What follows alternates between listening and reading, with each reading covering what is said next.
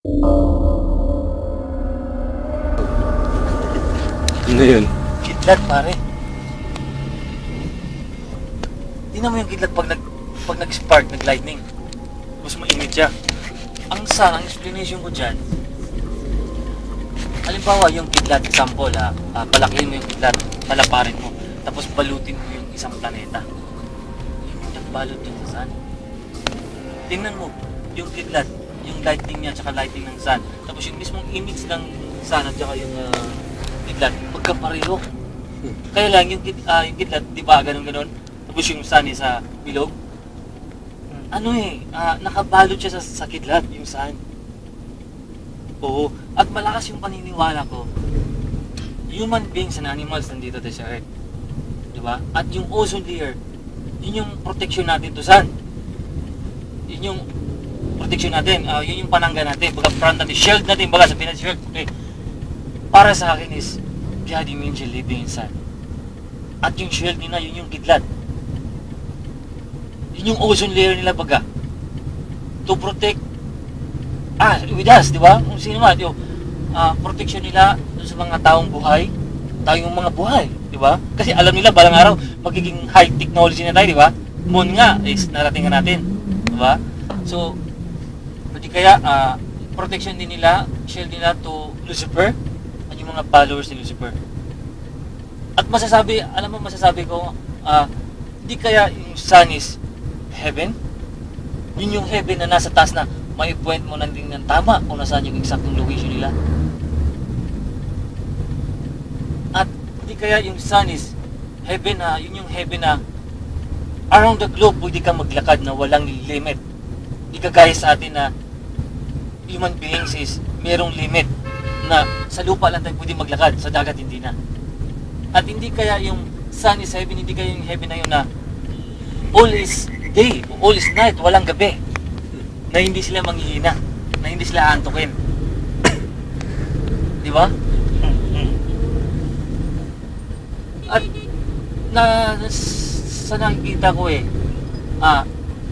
lahat ng bagay na nakatulong sa human and animals and plants na nasa baba.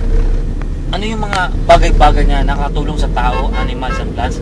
Like hangin, water, at lupa, di ba? Kotse, pera, damit, bahay. Lahat yun nakakatulong sa tao na nasa baba. Ngayon, matanong din natin, ano naman yung isang bagay na nasa taas nakakatulong sa tao, animals and plants? Only sun lang. So maaaring masasabi natin is ang sun is meron talaga siyang life.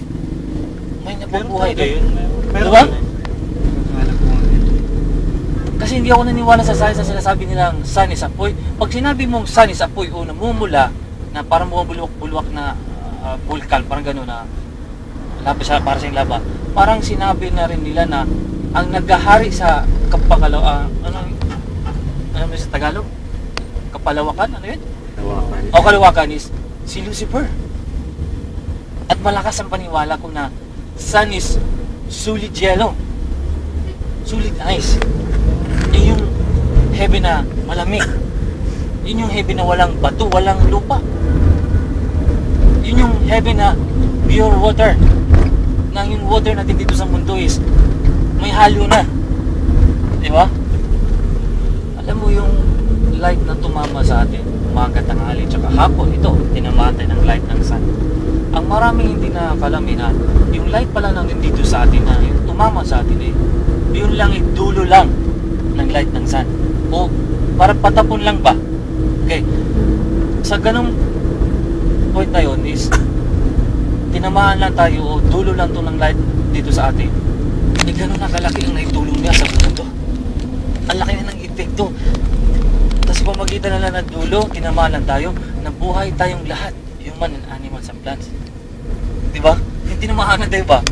So malamang meron talaga ding nabuhay yung na dun sa first, yung nasa sun, dun mismo sa sun. Malamang may nabuhay din talaga ron. At paniwala ko nga kung tayo man human being, mapahanga ka nga sa nagawa natin na super high-tech na tayo, na kaya natin tingnan kung ano yung lugar na yun na gusto natin tingnan. Kayang-kaya natin, di ba? super high-tech na tayo, gano'n na tayo ka-high-tech, super high-tech na. Para sa akin, naniniwala ko na merong nagawa din si God yung engine na mas mahigit pa sa nagawa natin. Na kaya tayong tingnan. O kaya tayong pakinggan. Pero mo, tao lang tayo ha. Kung i-text natin yung kamag-anak natin sa Amerika, hindi man marireceive. Ganun na tayo ka super high-tech. Tao lang tayo. Sila pa kaya na silang gumawa sa atin? Malamang nakagawa din sila na mas mahigit pa sa atin. Yung pag-pray siguro natin, parang feeling na pag nag-pray tayo mag-isa, feeling natin parang hindi sila nakarinig, hindi sila nakita, pero malakas paniwala ko eh. Isa-isa tayo, tinitingnan nila eh. Gaano lang tayo sa feeling lang natin sa buong mundo, konti lang yung lupa. Pag nasabi na laki lang lupa, pero konti lang populasyon sa tao, di ba? Eh sila super dami.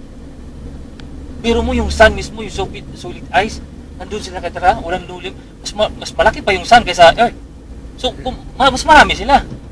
Feeling ko nga, sa isa natin, baka sabihin na natin 10 nakatingin sa atin. Di ba? Kaya tayo, kaya tayo tingnan. Mas marami sila kaysa sa atin. Kanan. Kaya hindi ako maniniwala na yung pag-pray natin hindi sila nakarinig. No, hindi ako maniniwala.